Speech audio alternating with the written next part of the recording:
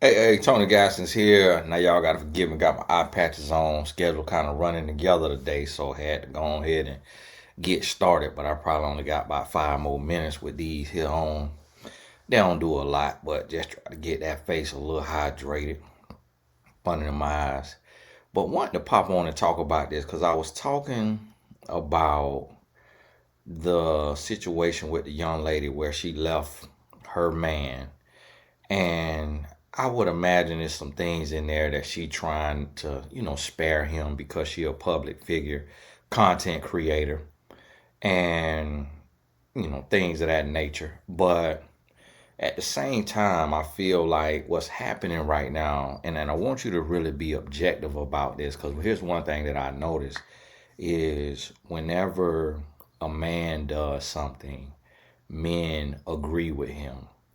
Whenever a woman does something, women agree with him. I mean, with her. And then you have this fringe group of like 10 to 20%. So like with the young lady leaving, I would say 80% of women will be like, yeah, that's good. And then 80% of men will be like, oh, she wrong. And then if a man leaves, 80% of men will be like, oh, yeah, that's good. And 80% of women will be like, oh, no, that's wrong. And once you realize that's when you really start to have growth and you start to have breakthroughs with your discernment, when you're able to separate what's happening from your gender or from your race. It's just like when something happens and be whether it's called cognitive bias or whatever it is, but just like when something happens between one race and another, it's like if it's your race, if it's your race and it's borderline, then you're gonna see it for your race. If it's another race, then you gonna see it that they wrong. And so it's some things that I've seen online that black people will do completely wrong and completely be in the wrong. And then all the comments will be like, oh, well, what they did to him. Oh, I bet they deserved it. Oh, what's the full story? And it's like, it don't even matter what the full story is. Like, we just watched a man,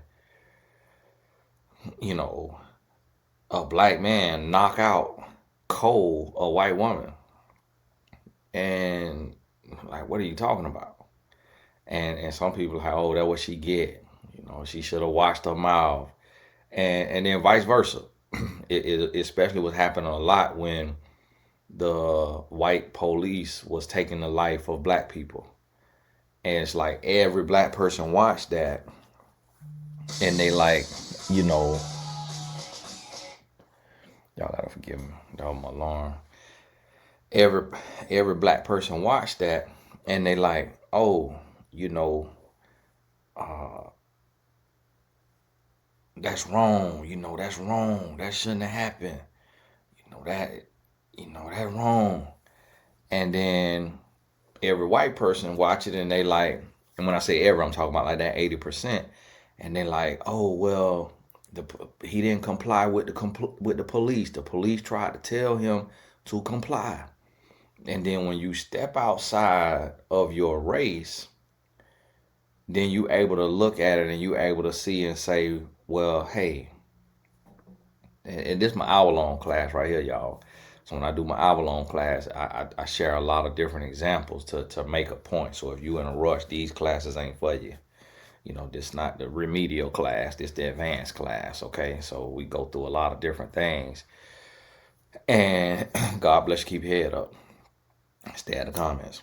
And you step outside of your race and you're able to look and say, well, you know what? He did hit the police car door with his body and slammed the door shut. And he did reach in the car at the police. And it's like that police got to go home to his wife and kids. So I'm looking at a white cop who took the life of a black male, but I step outside of just being a black man and I see where if I'm already fearful as a cop and I don't know what this person gonna do, and I feel like he's bigger than me, he's stronger than me, if it become between me and him wrestling for my gun, he gonna win that wrestle. And then if he being disaggressive, he most likely gonna take my life. So if it's between me, him, and I got a wife and kids at home, I'm gonna have to go and put you down. Red, white, blue, green, purple. I'm gonna have to go and put you down. So when I stepped outside of that, and that was my recollection of one of the incidents, I was like, okay. And then the same thing, like some white people, they stepped outside of it and they was like, you know, he could have just smashed the gas and just drove off to create some distance. Then parked his car, got out, pulled out his taser. You know, they was able to come up with other things the police could have did versus just grabbing his gun, and shooting the man. And so that's what I mean by you got to be able to get outside of that. And where I'm speaking from is I had to block a lady the other day because she talking about what happened to the real Tony. And to me, that's disrespectful because it's like when I'm saying something that you don't like, now I'm not being myself. When I'm not your talking piece, your mouthpiece, and when you don't feel I'm pandering to you and saying exactly what you hear, what you want to hear, now you have a problem. Blocked. Because I have to be unbiased and I got to call it down the middle. And so in regards to what I was talking about with the young lady, it's like I'm not mad that she left. But what I was saying is we're not in that environment. Like we in a different world today. And you can ask the millions of single black women that it's not easy to find a man today. Like it's not like men are just a dime a dozen. So it's like when you leave, that reason need to be a reason that you're okay being single for the rest of your life if that's what it comes down to. Like don't leave for a reason that you realize in 2 years, 3 years, it was something that was small and you could have got over. And so that's what you have to realize is just the world that we live in. But then also there's a spiritual warfare that's happening. And in this spiritual warfare, there's an attack on the mind of men and there's an attack on the mind of women. And I was listening to this one video and the lady was talking about the Erica Kirk situation and that the Gen Z young ladies are not feeling Erica Kirk because her message is get married, start a family, be home with your kids, and be that type of nuclear family. And that a lot of women are saying that out of the surveys that's being done, there's a lot of women saying that they okay like not being married. Like they don't know if they want to get married or they don't know if they want to have kids. They don't know if they want to, do all of that. If they want to combine finances. And so that's right there is coming from just the movement. It's a lot of division. It's a lot of separation.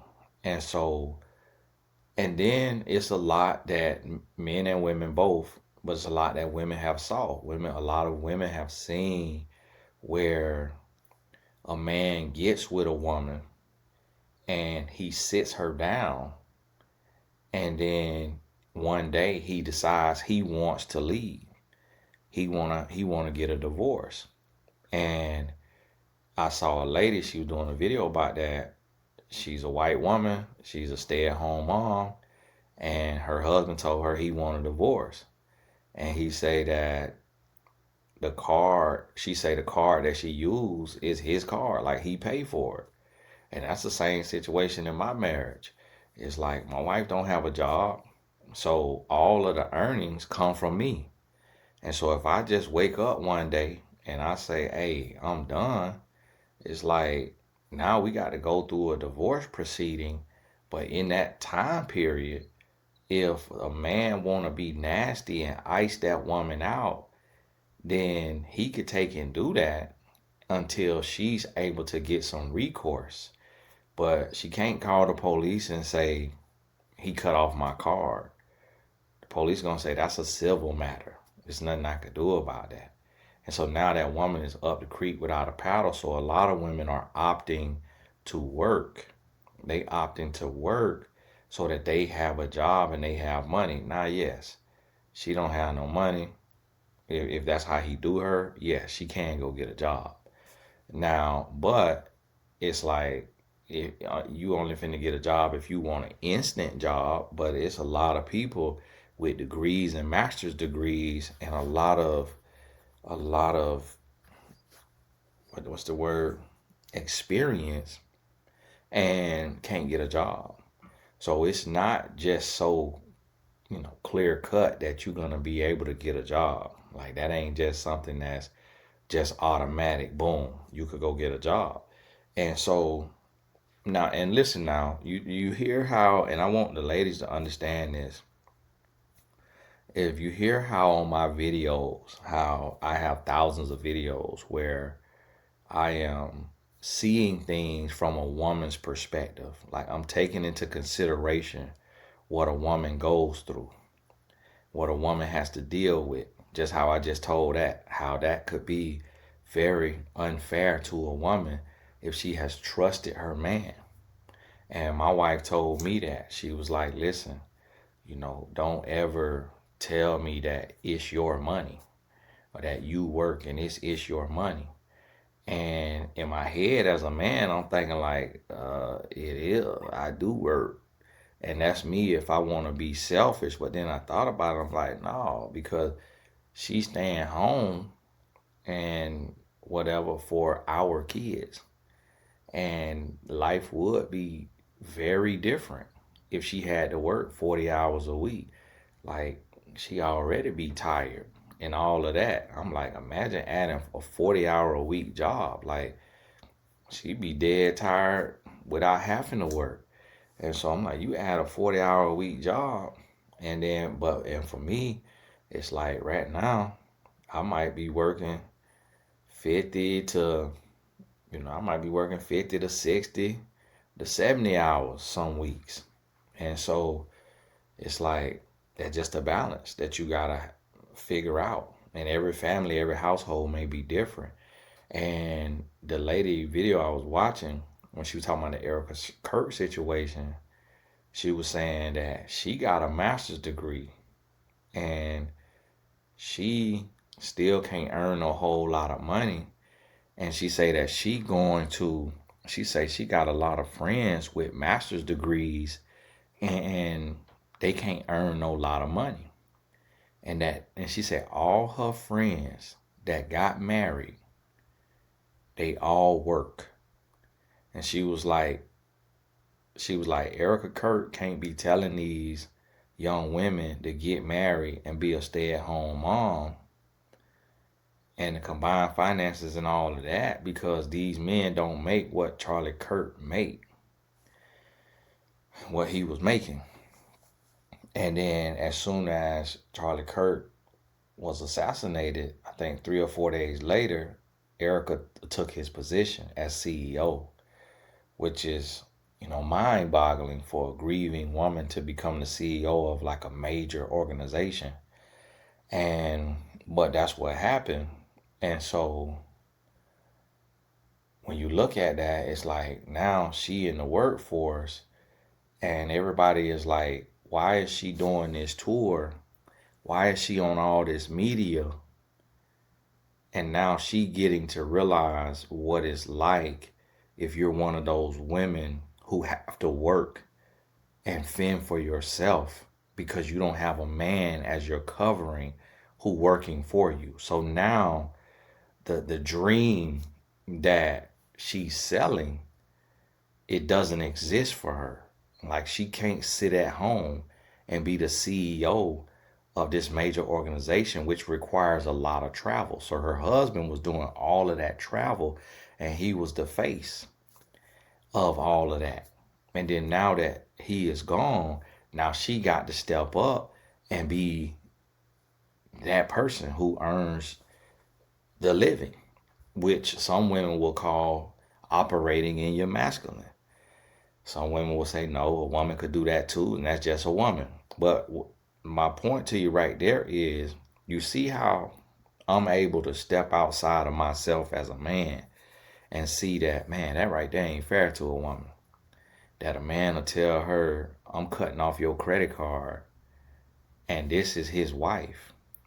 Now, she didn't say what happened, because we will for sure act like that if we catch our woman talking to another man. We will retaliate like that. And that has happened too. And so I know for a fact that type of stuff has happened. And then a woman may go out to the public and tell half the story. But now, see, as a woman, you got to be able to look, because the natural thing as a woman to be like, nah, that ain't what happened. That ain't what happened. He's just being nasty.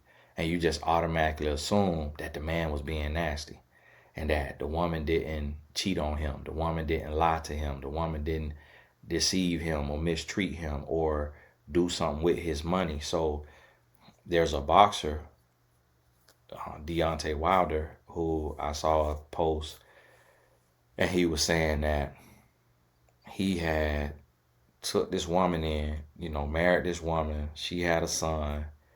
He went down to his lawyer and put the woman and her son in his will. And he talked to his kids and said, will y'all be okay me making a little room for them?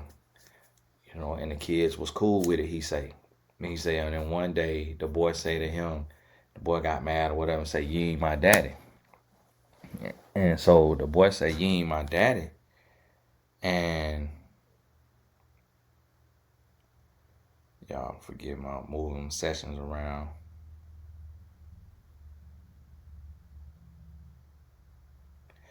And so, let me see real quick when I finish the day then.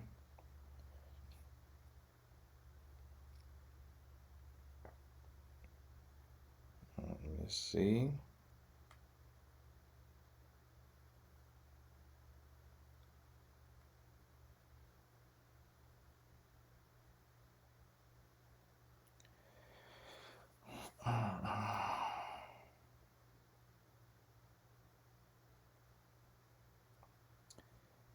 And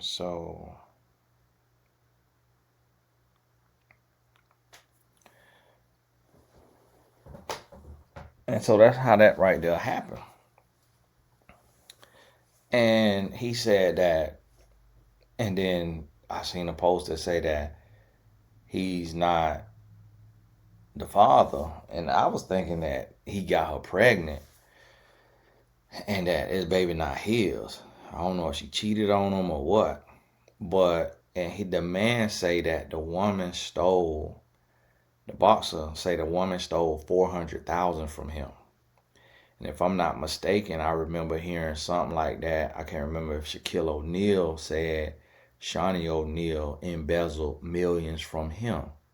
And that's a real thing. Like it's women who that the man is giving them everything and they still will steal money, like, which is stealing if you getting the money from that the man has earned, even though you're his wife, without his permission, and you getting more than your half.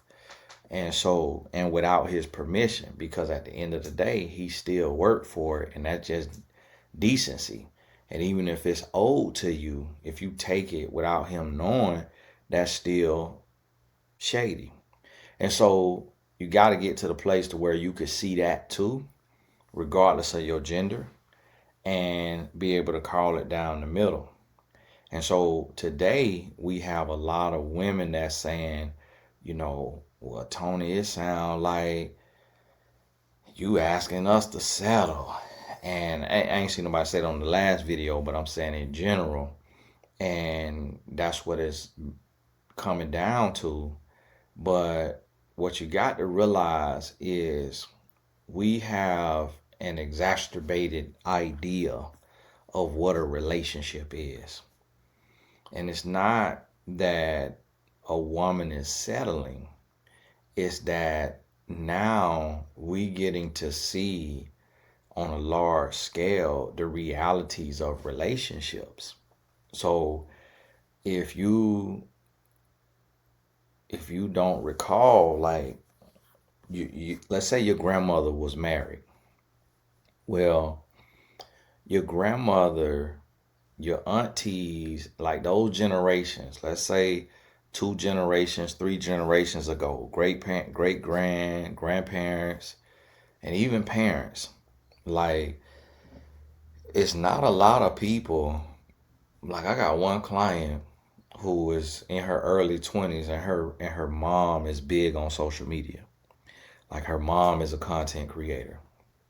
But other than that, it's not a lot of us who have parents or grandparents who are content creators.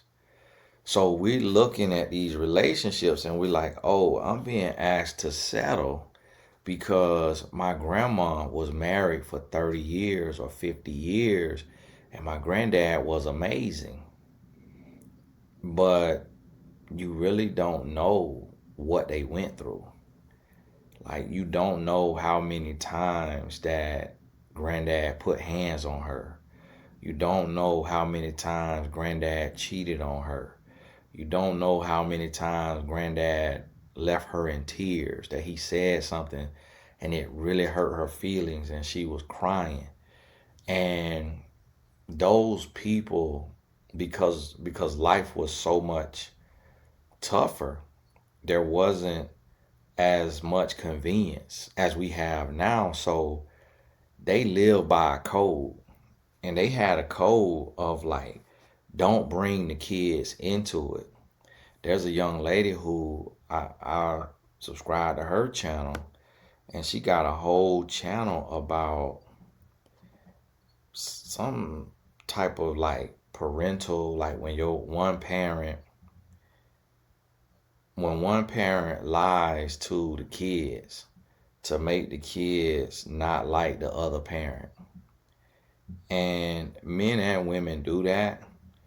But when I see it the most, if I'm being honest, I see it the most from women. Like, and then at the same time, it's a lot of women I talk to who they like, I want my child's dad in their life and he don't want to be there. He say, he don't want to have nothing to do with the child, but I want him there. And they talking to me, so I can't assume that I'm getting the full story or the whole story, because what else you gonna say? And so I've seen where men and women have try to get their child to not like the other parent, and it happens a lot, and you'll be surprised. Like it also happens in marriage. It don't just happen in divorce. It also happens in marriage where you'll have the man or the woman playing the victim in front of their child to make the other parent look bad. And they'll play that role. And they'll try to cry in front of the kids, or try to complain in front of the kids, or get mad about little stuff in front of the kids, say, mom is stupid, dad is stupid, I don't know why they doing this. And then the kids get to the place to where they know how to play on that. They know how to go and say, oh, dad acting like this. And then mom get to feel like she got the upper hand, be like, yes, they like me more than dad. And then they get to go to dad and, oh, mom acting like this.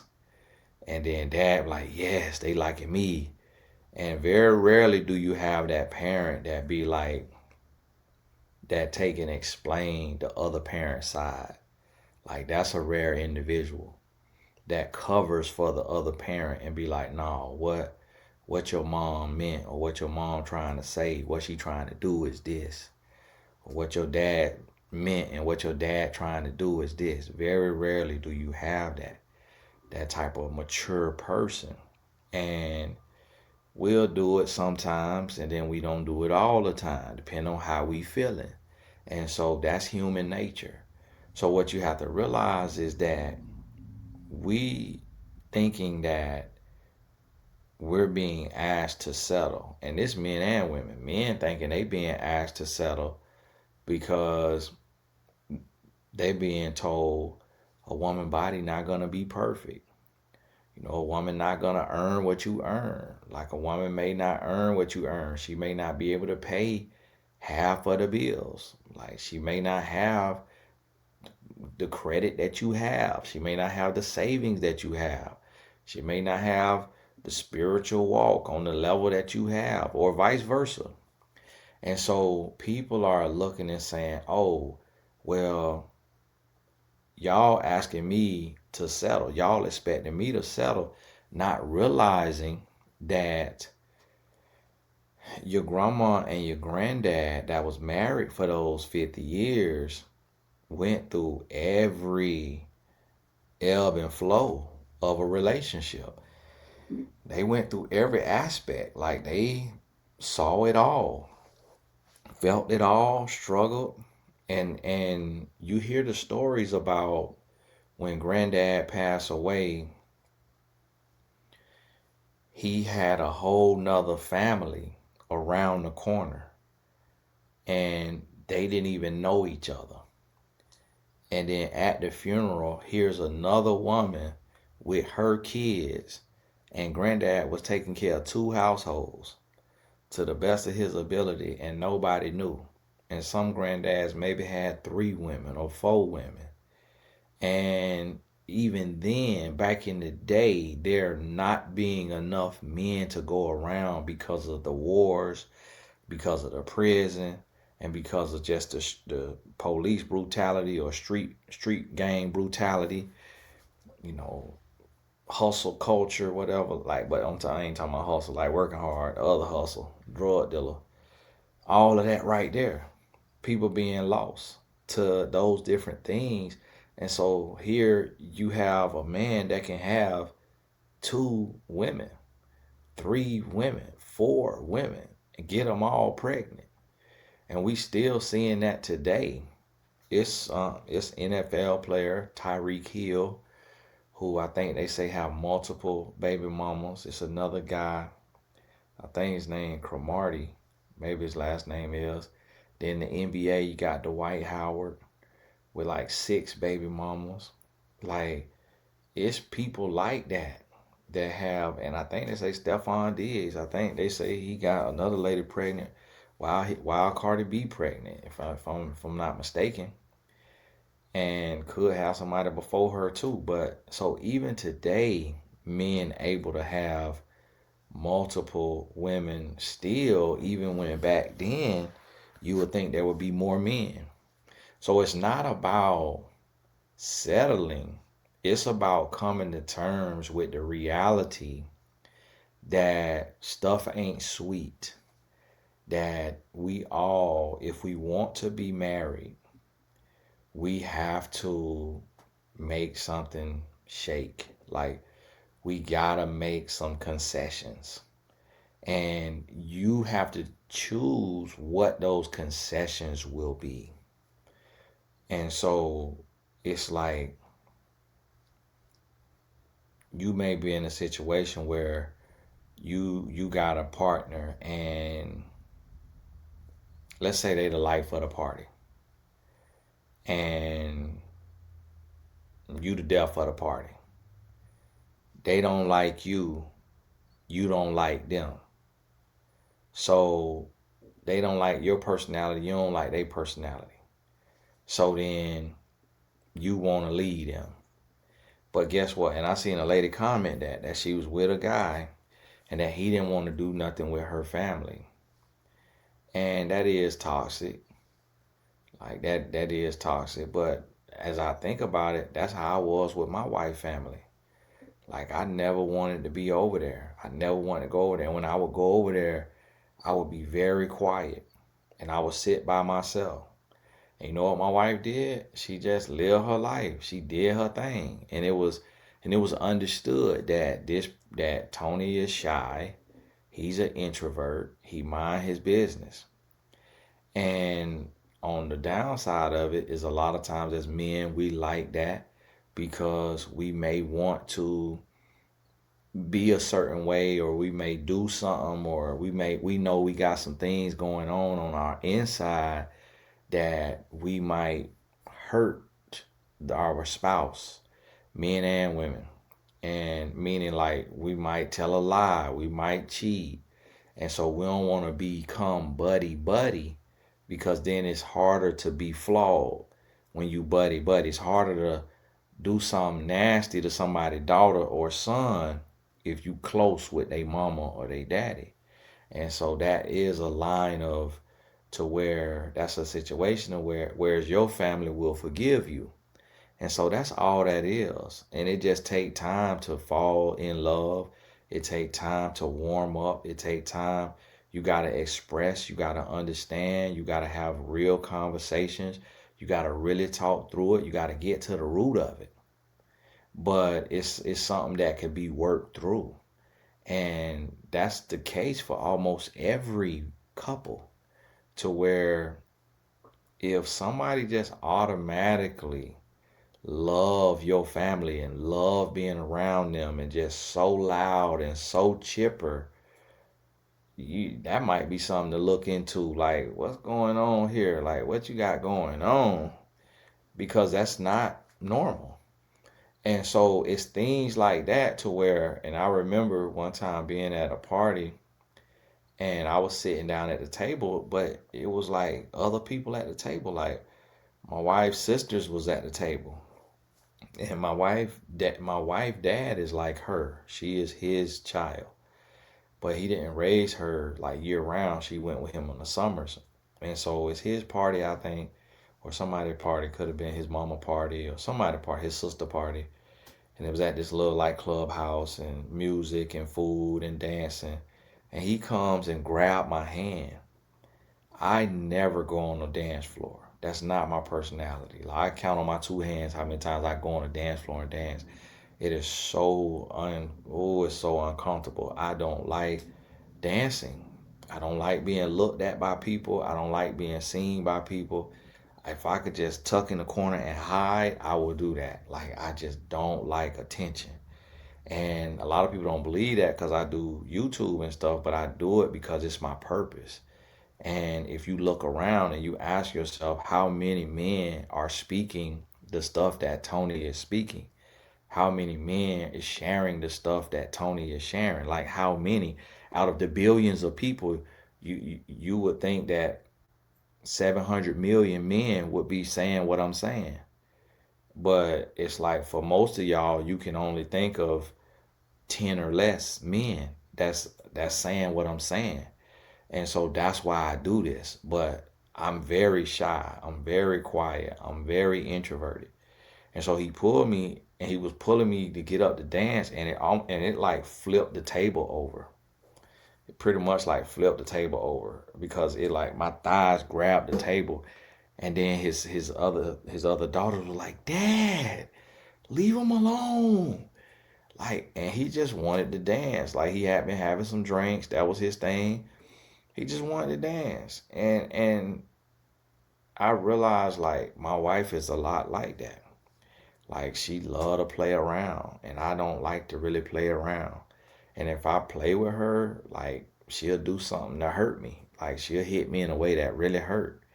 And then it just always get out of hand. Like she don't know how to play around like in a easy, chill way. And so I really can't play with her like that. Like she literally would like knee me in the balls. It's just a personality thing. And so here's the thing, like I could have took and seen that, or she could have took and seen how I was, and she could have been like, man, my man is a buzzkill, and he don't want to dance at the party, and he hate being there, and she could have left me, and then we wouldn't have this beautiful family where she doesn't have to work, she don't have to stress, she don't have to cry. Our sons go to private school, they got straight A's, and she could have said, man, he hate being at my family functions, and left. And I could have said, she turn up too much for me. Like, she do the most. Like, she all on the dance floor, dancing all night long. Like, she too much. Like, her personality too different from mine. Let me leave. And so that's what I mean. What a lot of people call settling is actually just a compromise, and it's understanding that you're not going to meet anyone who is just like you and that it's going to be absolutely perfect, because you could meet somebody who's just like you and then end up being too much alike. You ever seen where, like, you have twins, where it'll be like some twins, and if they too much alike, they don't get along, or even they differences may make them not get along. Like, I mentored some twins, and they like started fighting each other. It was guys. They started like hating each other, and the women in their lives came in and like made them hate each other, and they like stopped talking, and they had an opportunity to where it's public knowledge or whatever, but because they influencers, but they had an opportunity where they could have made millions of dollars as like twins and being on the same page, but they started hating each other and was like vowing to like never speak to each other again. And I kind of was one of the people. I'm sure they had other people in their ear, but I was one of the people that like brought them back together and say, man, hey, y'all got to be bigger than all of this. Like, y'all brothers, like y'all twins, like y'all fumbling the bag, like y'all tripping. And so it was one of those situations. And so you got to take and think about that, and look and see, like, okay, what can we do here to make this thing work, and not look at it like you're settling because the man has something or does something that is not your favorite. And you got to be able to really ask, like, is this an offense against me? Like, is this an offense? Because just like what the young lady said, it's not that the man hated her family or anything like that. It's like, okay, does he hate going over there? And when y'all at home, he's verbally, emotionally, or physically abusive. And so now that's why he hate going over there to show face, because of how he dogging you out at home. But if he hate going to your family stuff, it could just be an extreme case, or just a case of social anxiety that you got to realize and recognize. And you got to ask yourself, well, how does he treat me? And a lot of times as people, we make non-negotiables of things that are actually negotiable. So like the other day, my mom it was her birthday, December 26th. I went over there this year and last year without my wife. And Tatum had to train that morning. And I just didn't feel like making it a big deal. And guess what? My mom, she could have made it a big deal and said, why won't your wife come to my birthday breakfast? And turns out it was just me, my mom, and one of her friends. She had invited like a bunch of people, but she didn't remind them. And then some of the people, she told them not to come because they was doing something on the 27th. But like my nieces didn't come. And one of my nieces, my mom pretty much raises right now, like takes care of. She didn't come. But they came to my house for our Christmas party. But they was up late and slept in. So she probably did something with them later in the day. I think she went and seen him later in the day. But think about that. So my mom could have made a big deal about that. But guess what? She want to see her son. Like, if she don't get to see her daughter-in-law and her grandsons, yeah, okay, it would be good to see them, but she want to see her son. So she didn't trip about it. My wife didn't trip that I'm going over there without her. I didn't trip that she couldn't make it. And so that's what I mean. A lot of stuff that we're calling settling is actually just a compromise that don't hurt you. So my wife, she liked to play. So sometimes I just realize like, okay, Tony, you finna get your hairline wiped off. You might get ketchup and mustard. Like one time I played with my wife and it became her and both of our sons. And we so-called playing and she had done threw my clothes in the pool. I think some of my clothes was thrown in the pool.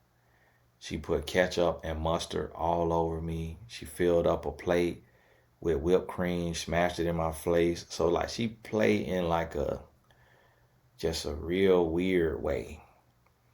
And that's my wife. It's like I kill for her. I die for her. But I realized I can't play with her too much unless I want to get hurt.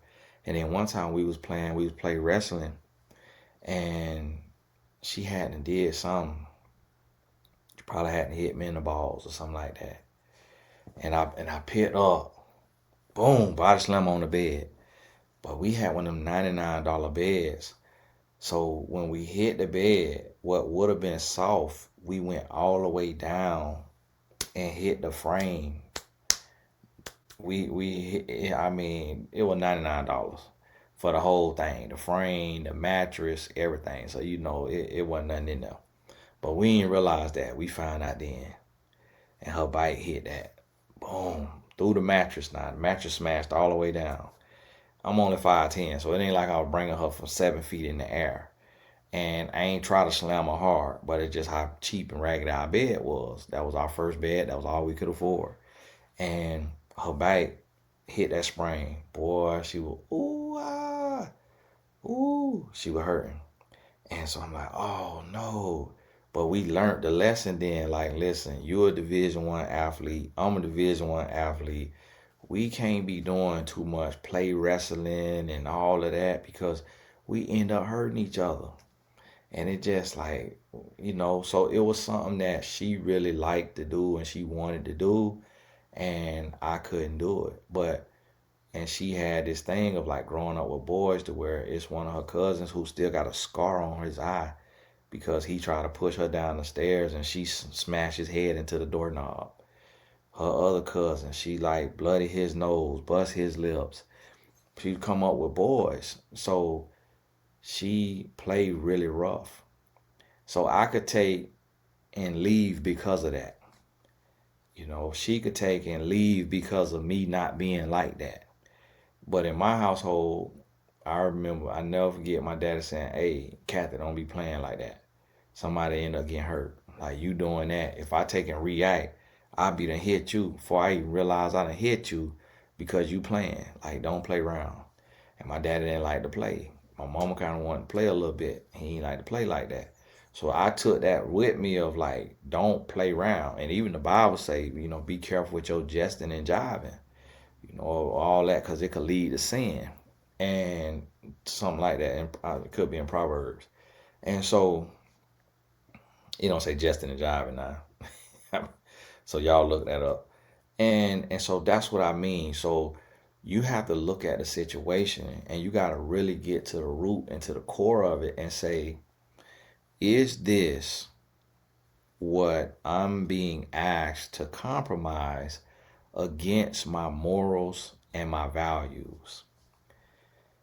Is this against my core belief system? So my example is like, let's say your spouse, your person, they're not your spouse yet. They believe in threesomes. Well, that's against your core beliefs if you're a Christian. That's worth leaving over. Let's say they believe in physical abuse, that they allowed to physically abuse you, or verbally, or emotionally, or financially, or socially. Like they believe that is okay. In all of it or any one of it. That's against your core beliefs. That's against your morals and your values. That's worth leaving over. Let's say that let's say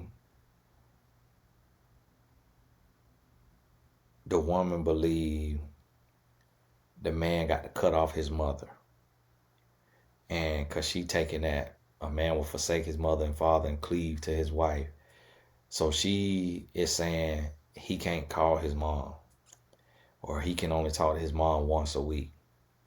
Now that's against your morals and values. Or sometimes men will do that to women and be like, hey, y'all talking too much. And I remember early on in my marriage, I told my wife that. I'm like, man, you and your mama, y'all is talking way too much. Like, why y'all on the phone 4 times a day? Like we can't even have no quiet time. Like we can't even have no time together. And so what that was about, it was about we got to put boundaries in place, because some people will become codependent. And so what happened is my wife is my mother-in-law's only family, basically. And even though she have a sister, it's her half sister that live in the same city, but the sister has a husband and kids.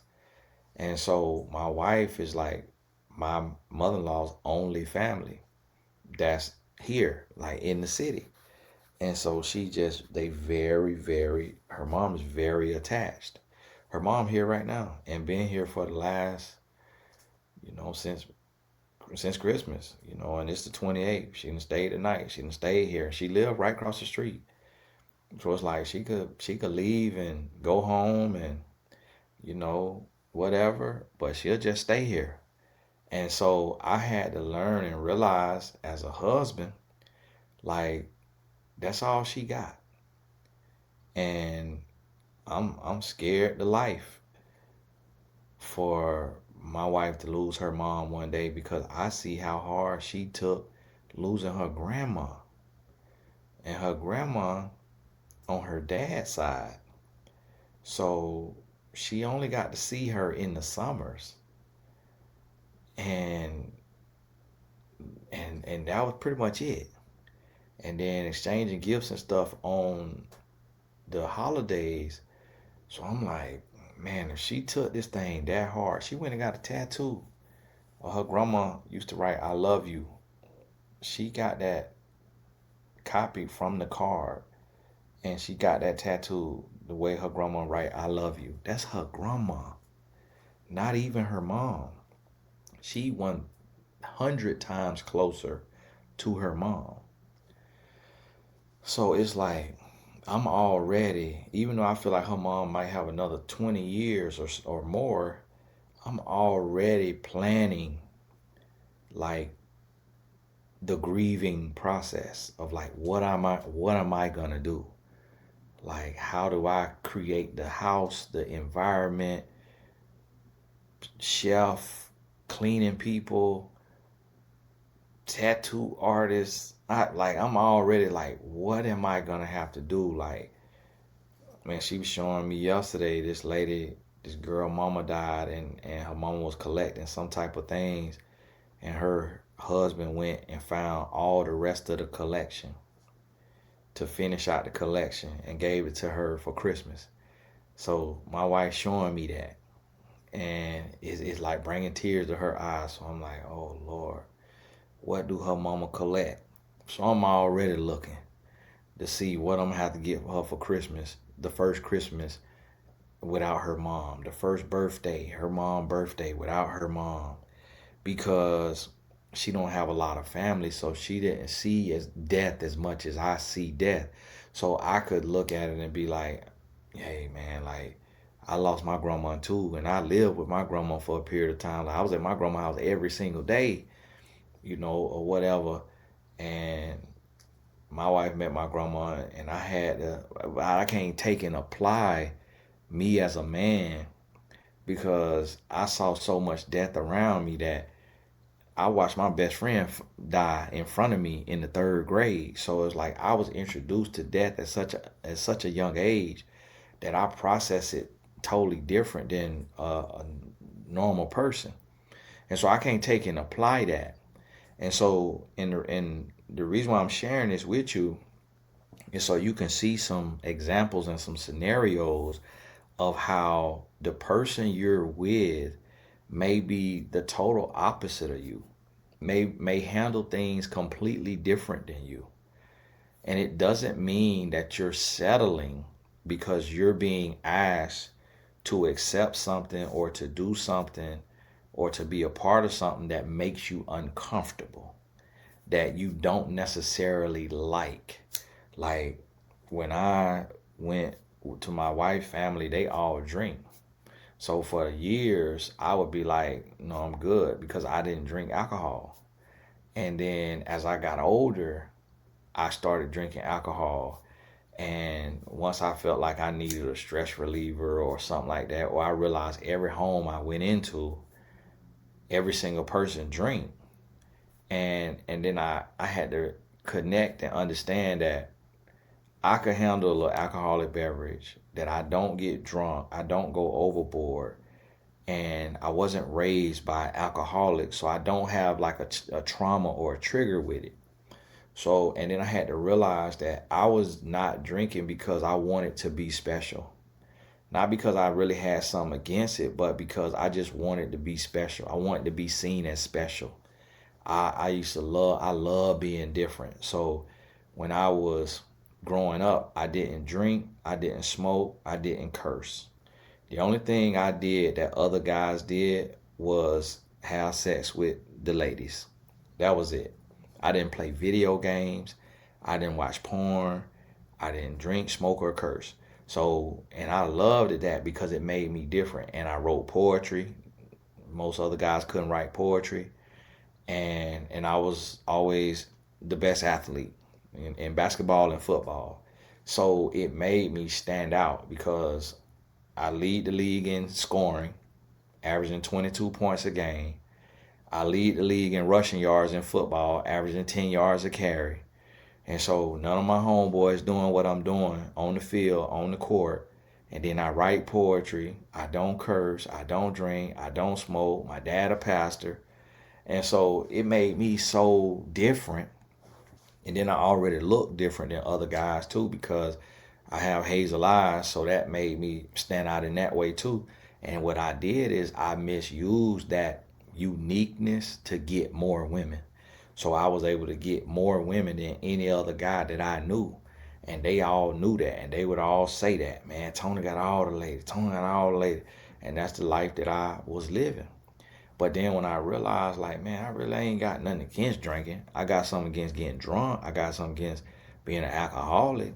But I don't have that problem. And so it was one of those things to where it's like, okay, not that big of a deal. And so now when I started going over to the family house, as soon as her family, her dad's side, her mama don't drink. As soon as you step foot across the door, her stepmom offering you a glass of wine. And so it was one of them things where it was like, by me not trying to just be difficult or be different for no reason, because it's not a religious reason. Christians are allowed to drink as long as you're not getting drunk. And that's what the Bible say. Don't be no wine bibbler. Don't be no drunkard. But Jesus turned water into wine. So it's like you're allowed to drink. You just can't be no drunkard. You can't be no glutton. You're allowed to eat. Christians are allowed to eat anything. A lot of people still eat the way the Old Testament, but in the New Testament, Jesus clearly said that his Father has blessed all things for our consumption. And so we're allowed to eat pork, unlike the Muslims. And there's certain Christians that don't eat pork. We're allowed to eat shellfish, unlike the Jews. We're allowed to eat all that. That's in the New Testament. Go read it for yourself. Can't try to stretch it, can't try to change it. And so it's like, if I go over there, sometimes I had to realize that certain things we try to do as humans is just for attention. We seeking attention. We want to be of a certain lifestyle because we get to be different. We get to stand out. We get to be special. We get to be, oh, really? You're a vegan? Oh, really? You're a pescatarian? Oh, really? You don't eat beef? You don't eat chicken? You don't eat pork? And that's our moment to where it's nothing to do with our health. Some people it's health. And so if it don't apply to you, then I'm not talking to you.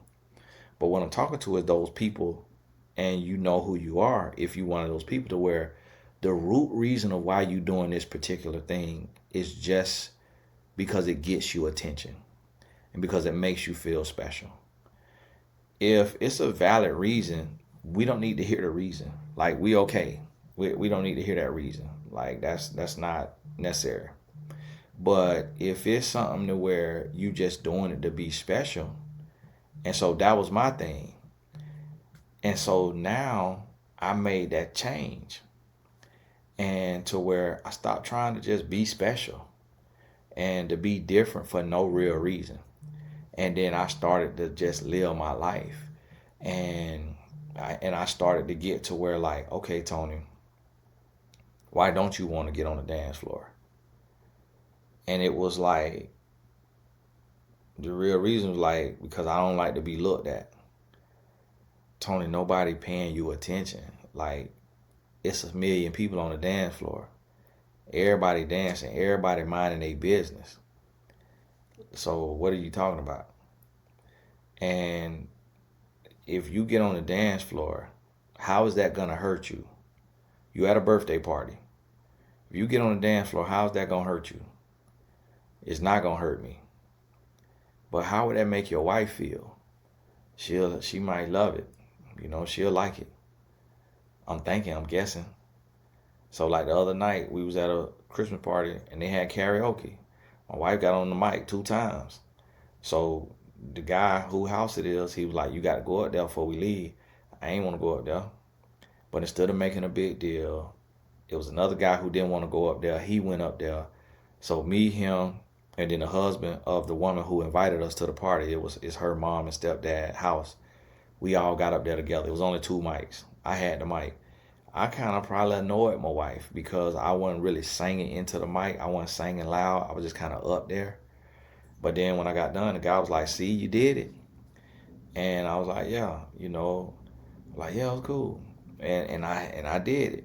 But it's like, sometimes when you got a certain level of swag or reserve or quietness, people want to see you get out your shell, get out your bubble. And they want to see you stretch. And they want to see that you're willing to get out your comfort zone. And so that's what a relationship is about. So y'all have to understand the difference between being asked to settle and being asked to compromise in areas that's not against your morals and values. Never compromise your morals and values. But being with somebody who is shorter than taller, being with somebody who is thicker than thinner, being with somebody who is darker than lighter or lighter than darker, being with somebody who is older than younger or younger than older, things like that are not connected to morals and values. That's connected to likes and dislikes, to preferences. And so understanding that not everybody your partner might not have your personality. Your partner might not have your taste in food, your taste in music, your taste in travel. All of that is okay because you get to teach them, they get to teach you. You get to explore their mind, explore their world. They get to explore your mind and explore your world. So if you're not being asked to compromise your morals and your values, you have to be you should be.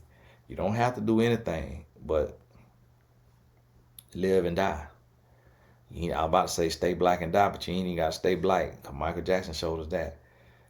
But you should be open to exploring who they are and what they are. And hey, this Tony Gaskins. Thank you. If you got this far, God bless you. Y'all know I got to go around every figure 8 to get here. I got to coach in 4 minutes though. And we done hit an hour.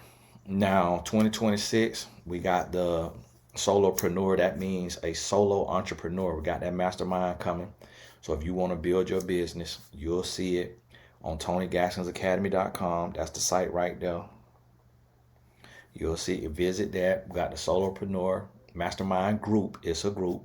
So it's a small group too. I don't even know if we got 10 people so far. We're gonna have 2 calls a month. And that's because it's $4,000 if you sign up in advance. I mean, pay up front, or you can do the payment plan. The payment plan will shrink and be more per month come January. Right now in December, I think it's already at like $900 a month because we start in April. We'll have like preliminary calls January, February, March, but starting April, a lot of perks. I got them listed out on there to where I'm gonna teach you from scratch how to build your business and build your brand. Because like the ladies say, it's not a lot of men earning the money that Charlie Kirk was earning. Well, I earned more than what Charlie Kirk was earning. And his foundation had a lot of money. But him personally, his salary, my salary is, more than double what his was. And I realized as I think about it, I'm like, okay, my wife got this group of friends she called a core 4. All 3 of those women work. All 3 of them make money. My wife, the only one don't work. So I realized in listening to that, I'm like, you know what? There aren't a lot of men who earn enough to sit their wife down where their wife don't have to work. It's like you can't think of a lot of them, and then I can't think of any, black men, and it's some white people, but some of them come from money. Like the men, generational wealth. It ain't even what the man earning, is that his parents had money and it got passed down to him, or the woman's mom, the woman's parents had money and it got passed down to her. So a lot of women who don't work, it's their parents' money, or it's their husband's money, or it's the money from his family. But just off the muscle earning without any family money, that's not that common, to where only one person works and earns. It's not that common. So I say, you know what? I'm going to teach everything that I know and how I learn business and how I build business and how I earn what I earn. I'm going to teach you the way my brain think and the way I do business and the way I build and scale. And so if you male or female, join the Solopreneur Mastermind. You're going to love it. You're going to meet other like-minded people. We'll get together in person as a group. Y'all will be invited to my office whenever you want to come on Saturdays, and we'll connect and, just hop in the car, drive, and let's come together, let's talk, and let's build. Don't bring no craziness. Don't bring no quirkiness. Don't bring no, and when I say quirkiness, I don't mean like you can't be yourself. I just mean don't come to disrupt the group. Like come and assimilate, be a part of the group, make it work, be the glue, be the mesh. We'll have us a group chat as well, and we'll do 2 Zooms a month, and then you'll get a one-on-one with me each quarter. And then you could, if you let me know ahead of time and Tatum's schedule doesn't conflict, you could come into the office on a Saturday and we just talk business and build and work on your brand, work on your business. I really want this to create 6-figure earners if you're not a 6-figure earner, 7-figure earners if you're already a 6-figure earner, and you get all my intellectual property. So all the stuff I could come up with. But hey, I'm talking myself to one. God bless y'all. All the important links in the description. We'll talk soon.